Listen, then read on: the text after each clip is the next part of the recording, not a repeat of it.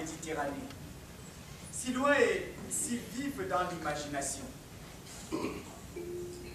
Justement, le gars qui dort là-bas, ou qui fait semblant de dormir, c'est pareil, il ne bouge pas. C'est un Italien.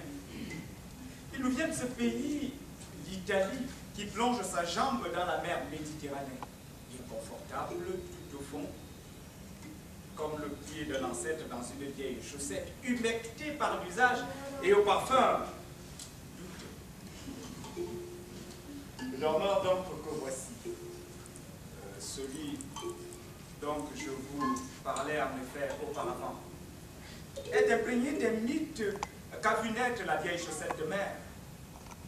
Grec, juif, phénicien, arabe, égyptien, et j'en passe.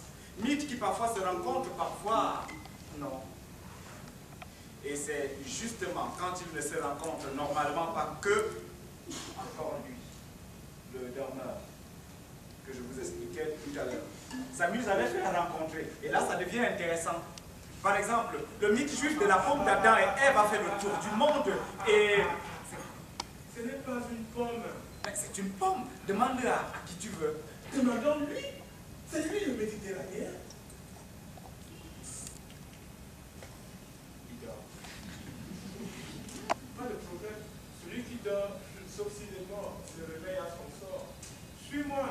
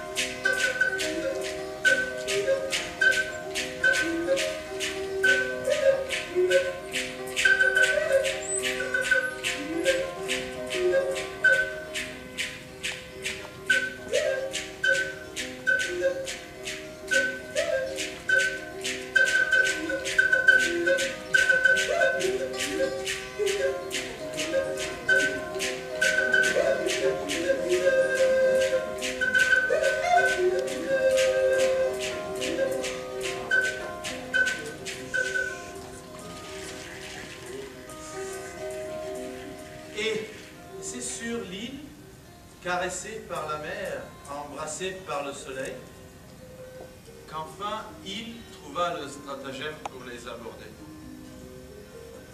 Il vit que l'homme était de loin le point faible, nettement, capable de commettre des bêtises. Il s'attaqua donc à la femme.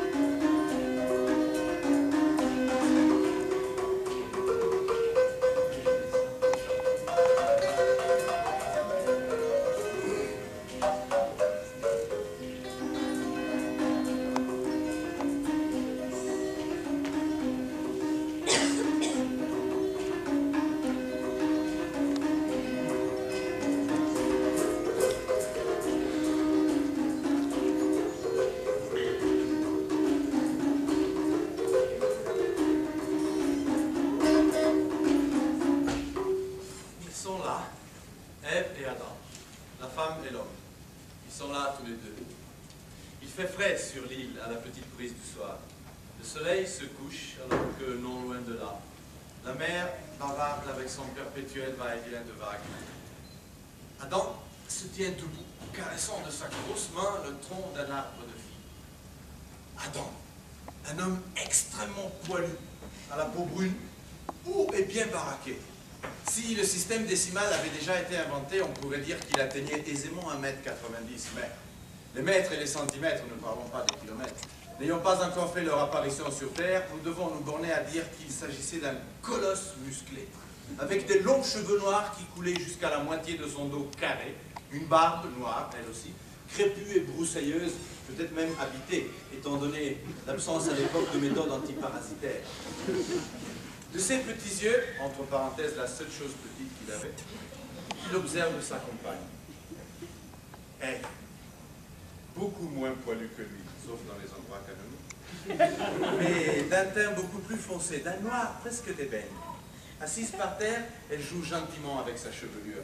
Elle couvre sa poitrine avec cet immense étredon capillaire, et puis, avec un sourire malicieux, elle cache son sexe à la vue d'Adam. Et oui, bon, les vêtements non plus n'avaient pas été inventés, donc pour les petits jeux de séduction, il fallait s'adapter avec la vaste chevelure qui était en dotation par nature, pour cacher et dévoiler, cacher, dévoiler, cacher, dévoiler, cacher, dévoiler, cacher, dévoiler, cacher, dévoiler, cacher, dévoiler, cacher, dévoiler. Bon, la séduction, hein. Comme s'il y avait quelqu'un d'autre à part Adam à séduire.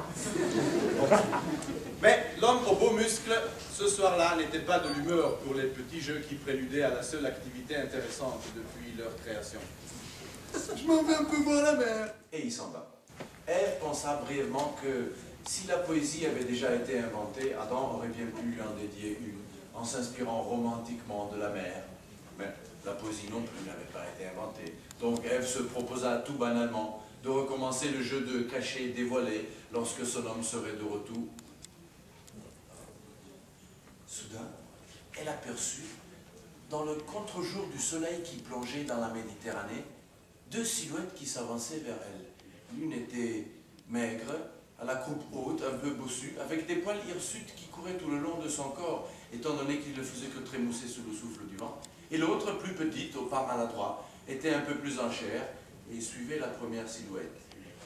Iblis et son enfant. Iblis, comme on dit sur l'île, Shatna, Satan, si vous voulez, le diable, si vous préférez. Bon, peut-être vous ne préférez pas. En tout cas, le mal. Non, non pas le mal, mais le mal. Bonsoir, Ève. Bonsoir, monsieur Iblis. Salut, petit. La mer est calme ce soir. Je voudrais profiter pour aller à la pêche.